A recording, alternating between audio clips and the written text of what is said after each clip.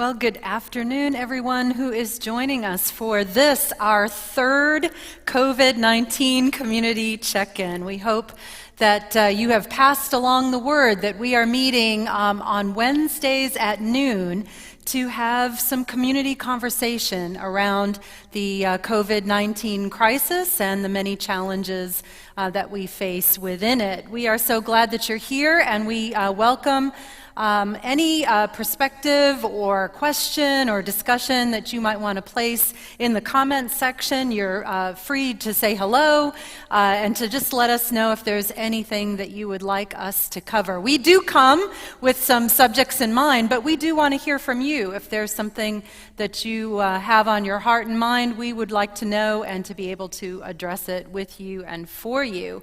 I am joined at the table with these wonderful colleagues, Jessica McCune with Hospice of Marion County and Steve Tweedle with Hires Baxley Funeral Services. So we welcome you back to Ocala First United Methodist Church, and I am Pastor Ann Fuqua, working here as co-pastor with my spouse and partner in ministry, David Fuqua. He is actually monitoring the comments section on both, I think, YouTube and Facebook. So if you are chiming in, he will let us know, and we will be able to address any concerns that you have or questions. We talked our first week about grief and our responses to grief as we encountered many losses during this COVID-19 crisis. And last week we talked about effective coping strategies, and we shared a number of resources with you. We hope you had a chance to check those out and to begin developing healthy habits for yourself. And today we kind of have a menagerie of things that we're going to be talking about, a range of topics. We're going to be talking about the crisis within the crisis, that oftentimes things, when we're in the middle of a crisis, other things will kind of bubble up to the surface. Issues come up, perhaps issues around forgiveness, issues around resolving conflict. Many of us have had opportunities to kind of do some soul searching and some reflection on our lives, and all of a sudden there's things that are staring us in the face that we need to address. So we're going to talk a little bit about that. We're also probably going to touch upon unique stress that we're all facing now as we make our way to a new normal, whatever that is, and that seems to be a moving target. But it is kind of, we're in a situation where we have additional stress of assessing risks, of going out or trying to incorporate things that we would normally do. Having to be flexible. Remembering how it used to be, and that's it's not right. that way anymore. It's not that way anymore. We have more choices. We may be exposed to other people making choices different than ours, and how do we negotiate that? And then we just are in our kind of respective circles. We continue to see a rise in anxiety, in depression, in stress, and that, you know, it's hard because in this time we're kind of floundering around trying to find our way, and some of those structures that might have been in place for support aren't there, and so we're kind of needing to reach out in different ways, and that's kind of a stretch for some of us. So the awareness comes as we suffer additional losses that we may need some extra assistance right now, and I think we're here on many levels just to encourage people to do that. So I think what we'll do is we'll just have Jessica to kind of lead us into our first part. Thank you, Pastor Ann. Over the weekend in the paper there was an article, and really not saying anything we don't already know, but how mental health issues that were pre-existing might be exacerbated now. People that were coping with their lives and expectations, all of a sudden, as Pastor Ann just said, everything's different. And we just want everyone to know about the resources that are available, you know, with the centers, the Vines. There's some private mental health resources, and of course I would hope everyone could look to the church and that there could be support there for emotional support, but a lot of times there needs to be referrals. And of course the public, our community, will know everything long before we will. So our hope is to educate you for those neighbors, those loved ones that might be deteriorating. They had a homeostasis, they had an existence that was normal, but now a month or 2, 3 months into a pandemic, things are much harder. And I've noticed it with myself. Mm-hmm. My reaction time is way up. My ocean of patience that I normally have is has had a serious drought. So I can only imagine, and everyone's working so hard. Oh my gosh, my colleague Steve Tweedle, they're working. The church is, I just heard them talking about how to plan communion, and maybe it would be an all-day affair, and I mean, it's just exhausting. So everyone's working hard, and that's something we want to address and support and affirm. Yeah, you know, it's interesting in this time that we're working harder than ever, and I don't know if you've heard colleagues and coworkers say this, but we've certainly been hearing from members of our congregation and community that while they're working 3 times as hard, 5 times as hard, 10 times as hard under conditions that are far less than ideal, the nagging sense is, I'm not doing enough. I think for me, we're all in the mode of working smarter, not harder, Mm-hmm. and that is gone Yeah. because we don't know what's happening, Right. and so the smartness of it is the routine, and that's gone. Mm-hmm. So yeah, you're adjusting, and with the adjusting comes stress. I know for all of us, with our levels of responsibility, not only do we have to worry about what's happening to ourselves and our families, but we have people that we are responsible to make sure that they're safe. So yeah, the stress level in us with what we do is tremendously high as well. Mm-hmm.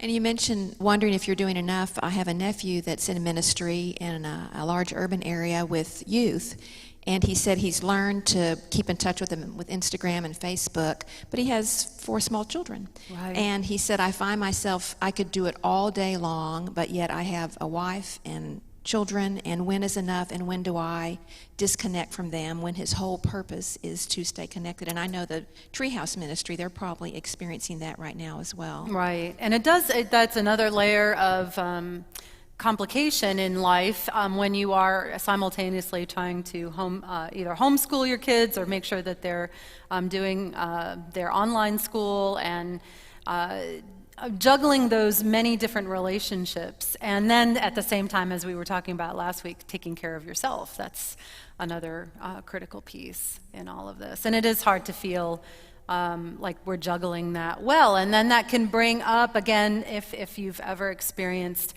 self-judgment or perfectionism or any sort of impatience with oneself, this certainly brings it all to the surface. And you're really talking about self-compassion. Mm-hmm. We are created, we are loved, we are forgiven, we are redeemed, we are children of the King, and that brings power to us. But for some reason, it is so easy to forget. And as I was just combing through some files, just trying to be ready for today, I remembered that, again, the Easter theme was forgiveness.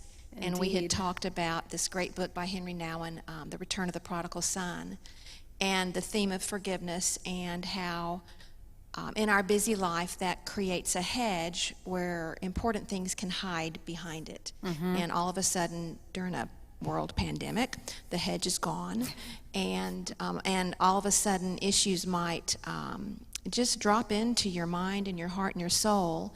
And what prompted all this thinking was I ran across a file about a physician that works with palliative care in California, and she was seeing a family, a Marine who was at end of life, and his wife and son were always in the room, but they always had the TV on and they never spoke.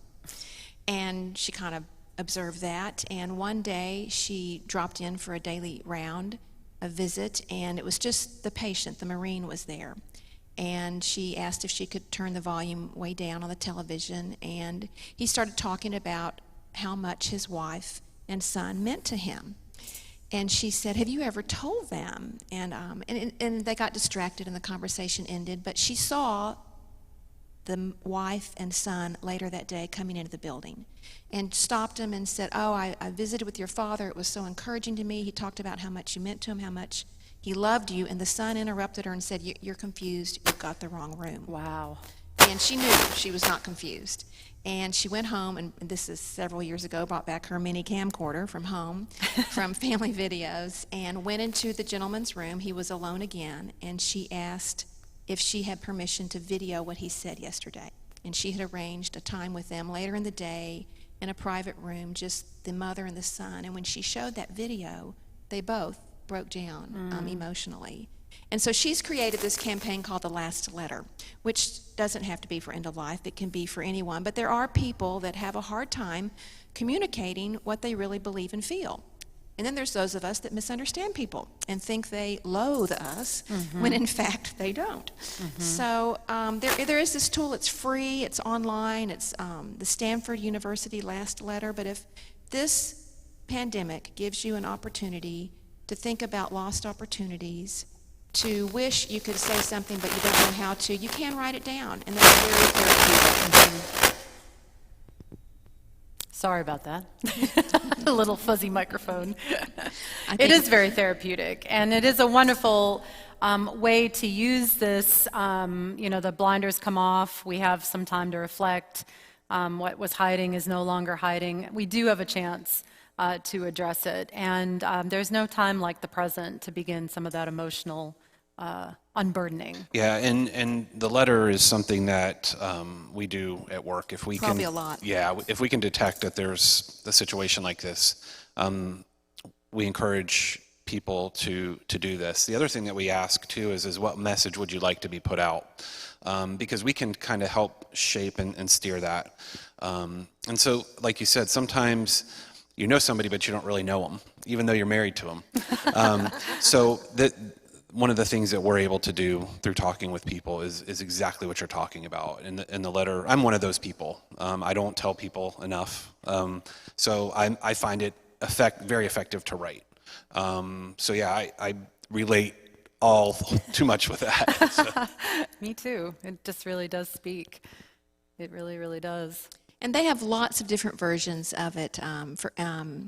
If I read this quickly, I might have it for us. But the important things to say is, I love you, I forgive you, please forgive me, thank you. There's like 5 things that are really, really important in life to say. They're not hard, but they are. And they change relationships. They certainly do. And as you mentioned, you may not be at end of life, but just think about the opportunity, the doors that open to have a better life with the time that we have, and this might be a way to open the door to more expressive communication with those that we love, or that even if we go, stay in our own kind of ways in terms of keeping maybe our feelings more on the inside, it does give a gift that means the world to those around us if they really do catch a glimpse of our heart. I really like the idea of videotaping too. We actually recommend a website called beremembered.com. And it was actually developed by a hospice in Indiana. And what people can do is go in there and leave an actual message for their family members. They can video record it. It saves it. It's secure. So even if it's something that you find hard to do, you can just go into a quiet time and record the video.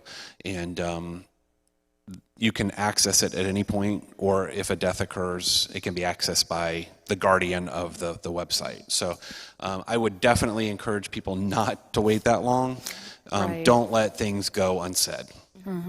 Yeah, and that is something about this pandemic. It has taken away a lot in our lives. We certainly have had loss, and we've tried to be really open about that in our conversations, but there's also been some opportunities in it. Let me just check with Pastor David if we have any comments or questions.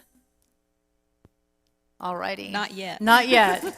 Not yet. And again, if we're not addressing something that you really long to have a conversation about, we hope that you will at least suggest that. You can also call our respective areas, the church, Hospice of Marion County, Hires Baxley. If you feel more comfortable just leaving a phone message, we will pick those up and begin addressing those topics. Maybe we could talk a little bit about, how do we negotiate as I've kind of said, lurching toward a new normal. How do we make those decisions? How do we realize that we could be making certain decisions for ourselves and for our loved ones, and have friends and family and members of the community that make other decisions? What have you found helpful to negotiate that reality in your own life? Well, I think in my personal experience is our family is choosing to wear masks, and not everybody's choosing to do that, particularly when we go out. And so there's always kind of that, oh, you're mask people. So, and are all mask people mask police? Right. So what we've done is just decided this is what's best for us, and I think making that decision, and it's something that we're committed to, and just moving forward with it, irregardless of what other people think. But we think we're doing the right thing, and I think at the end of the day, that's probably the most important thing, is you have to do the right thing for what you believe and what's best for your family. And then, everybody else will just have to work around that.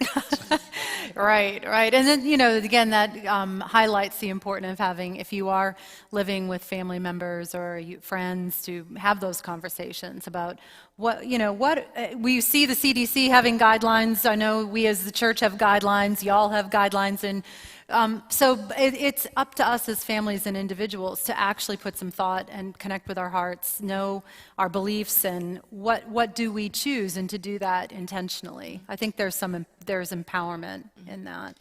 And some families are visiting elderly parents and frail parents. So I think some people, yes, wear masks because it's what they want to do for their family and they've made a decision. But for those that might get frustrated with everyone wearing masks, just to remember that sometimes there's extended families, and those my generation are hyper vigilant about a 90-year-old or an 89-year-old or a 95-year-old.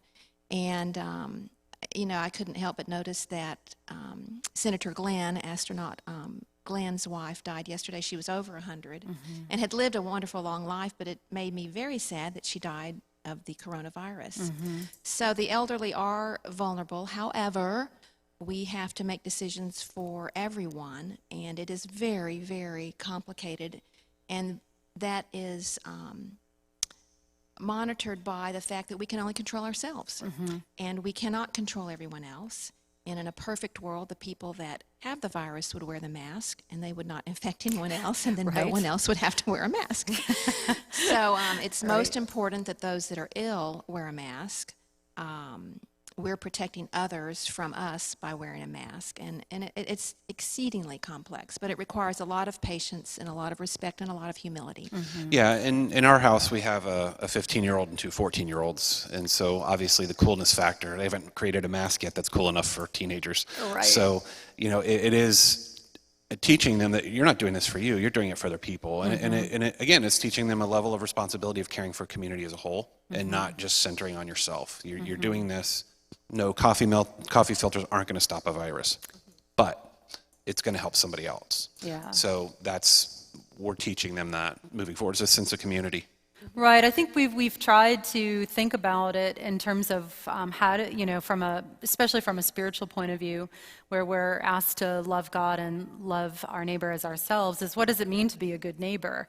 And I think for our family too, we've decided to take those precautions, to wear masks. We're still staying at home by and large, only going out for essential things. At the same time, there's a practice, like you said, of humility, of not judging other folks who are making other choices, because we simply don't know what other people in their lives are dealing with. I saw a meme at some point on Facebook, and it was a big iceberg, and it said what you see, and it was just that tiny tip of the iceberg over the tip of the water, and then of course the massive part of the iceberg underneath, and that's what we don't see in people's lives. And so being a good neighbor is being able to make those choices, but also to exercise some patience, understanding, not judging your neighbor if they make different choices than yourself, and hope that they've, hopefully engaged in the same kind of critical thinking and heart searching that we're trying to advocate here.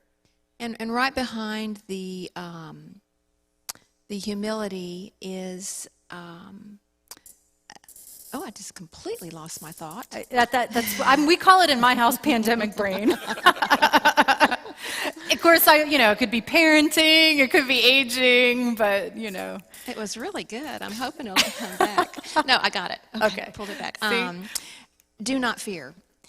Right as we admit that we don't understand everything, we want to respect, we want to be a good neighbor, and to not let fear govern us. And we want to protect ourselves, we want to protect others, and at some point, if we are doing all we can, if we have proceeded with wisdom and the pursuit of wisdom and truth and kindness and humility, there's a big world out there that we can't control. And that leads me to an interesting thought, because all of us have been out. We're essential. We have to be out. There's people in my family that are not, and they've been in a house for 6 weeks.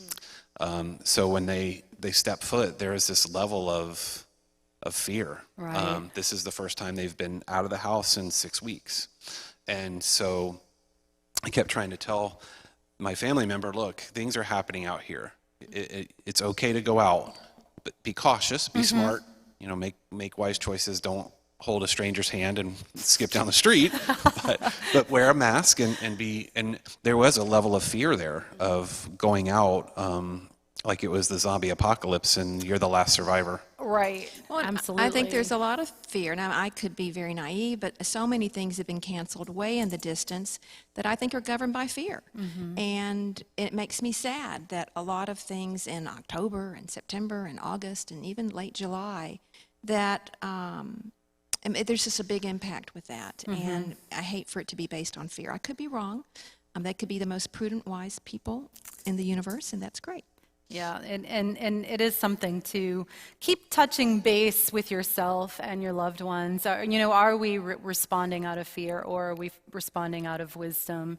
And if you're responding out of fear, also hear that it's okay. It's okay to be afraid, because these are unprecedented times. There's no playbook that we've got in terms of how all of this is going to play out and what our responses will be. But it is kind of then leaning back into those coping strategies that we talked about last week, of how to, sit with that fear, listen to what it has to say, find ways to reassure yourself and to touch base with the wisdom within you, and your sense of your heart, in terms of what your heart is leading you. We've talked, we had a Zoom call with our bishop, Ken Carter, and some area clergy. And one of the pastors, I think rightly, talked about that even as we begin to slowly move back into some social interaction, and with these guidelines and trying to put these guidelines into place, trying to make these decisions, that a lot of folks are kind of coming into this newness with a certain amount of trauma. And he used that word, and I don't think that's exaggerating it at all. He used a phrase that I just think is spot on, and he talked about the need for us as a community, as a church, to think about emotional recovery for folks. And that was a good reminder for me, because I can get very caught up, especially right now as our church continue to do in-person ministry not to do in-person ministry until June 15th. And then we are in the process of trying to do what a relaunch plan looks like. Can get real caught up in those guidelines, the procedures, the processes, kind of what we're now calling like the new logistics of being a church. And it was a wonderful reminder from a colleague pastor to really look at what are some of the things that we are going to need to be sensitive to in terms of emotional recovery. Right, and again, that goes back to what I was talking about. So the three of us are probably in a different place than where a lot of people are, because we've been out this whole time. So there is an emotional component to it. And again, the person I was talking about before, when they stepped out for the first time, it was almost this high level of anxiety that I could feel it too. And so there's definitely a recovery time. And what's amazing to me is how quick it happens. So this is new. It's only 6 weeks old, but yet it has changed everyone's emotional level, coping skills. Everything is pretty much out the window, and it happened so fast. Right. And that maybe is another factor to really to consider, is just the rapidity of it. It's just, like you said, it is a almost whiplash reality. We're not even maybe sure what has hit us entirely. Well, it reminds me of hurricanes. They blow through, and yes, they're horrible and devastating, and people die, but the recovery, the rebuilding, the finding contractors. So I think we have no idea of what's ahead of us with economic recovery, emotional recovery, recovering from trauma and fear. And I hope people can ask for help, call the church, call some of the resources in our community to support this. Yeah, the asking for help continues to be a critical piece. And I think once there's some courage to ask for help, it gives you an opportunity not only to receive help, but to realize that you're not alone. And that continues to be something that we underscore in these conversations. And that's why we're having these conversations, in part, is to reassure ourselves and to have our eyes open that we are not alone. Let me just check in a little bit with David. Any comments, any points of discussion that? Not online. It's all doing great. Okay. We've got about 5 minutes or so. Is there anything else that we feel needs to be put on the table for this week? We are, just so we are going to be meeting again next Wednesday at 12 noon. This will be the last Wednesday in May, which seems really hard to believe. But, again, we welcome you to let us know what you're thinking about. Let's have some conversation around those topics and continue to pass this little live stream on to folks that, you might think could really use some encouragement. Mm-hmm. And just to tie in quickly, you just said to ask for help. We do recognize that for those that are homebound, that are in dangerous situations, abusive relationships, there's no place to go. So that would really be a time to strategize and hope and look for ways to ask for help, to realize you don't have to remain in a dangerous situation. And that's something that's going on in our community and nationwide, that people that are in dangerous relationships are stuck, and that's a scary place to be. So Yeah, we very would much hope so. they could have a way out. Right. Yeah, it's not, we need to make sure that we're not making the assumption that home is always a safe place to be. Yes, if you're in that situation and you are in harm's way, to find ways in which to find a safe place or find safer options. And there are good community resources for that. Anything else as we... It's Memorial Day weekend. So It is, yep. and it's a time of reflection. I think it was initially Remembrance Day, I think after the Civil War and after World War I and II, but it's we always want to celebrate our veterans that have sacrificed and supported freedom, but especially on Memorial Day, we celebrate those that gave everything. And even though our world is in a pandemic, we are free and able to try to work together to solve these problems. Absolutely. It's an incredible foundation of sacrifice and heroism, just deep courage, and we are grateful. And maybe in some ways, with still some of the restrictions in place, we will have a little bit more time, a little bit more opportunity to be reflective. Rather than, going on to the next vacation plans or Trying to get whatnot. to the beach for Memorial Day. Right. Well, we thank you so much for joining us. We hope that you have a rest of the day that will bring grace to you, that will bring a sense of goodwill and encouragement. Again, just know that we are here for one another. This is a wonderful, loving community, and there are resources here if you are struggling, if you feel alone, if you're in danger. There's ways in which help can come to you. And, I guess I just leave with kind of how we've been ending our worship services as we've worshiped online these last many weeks. And that is a kind of, it's kind of a United Methodist way of being in the world, that we go forth from our time together pledging and committing to do no harm, to do everything that we can not to do any harm, and also to do all the good that we can, both of those together. And then to stay in love with God, to really commit ourselves to stay connection with God, or if, your higher power, the source of all being, to realize that that is our grounding and that is our strength, and that we are held in that great love and that great power. So as you go into your day, do no harm and do all the good that you can, and stay in love with God, your source, your ground of being. Thanks so much. And thank you.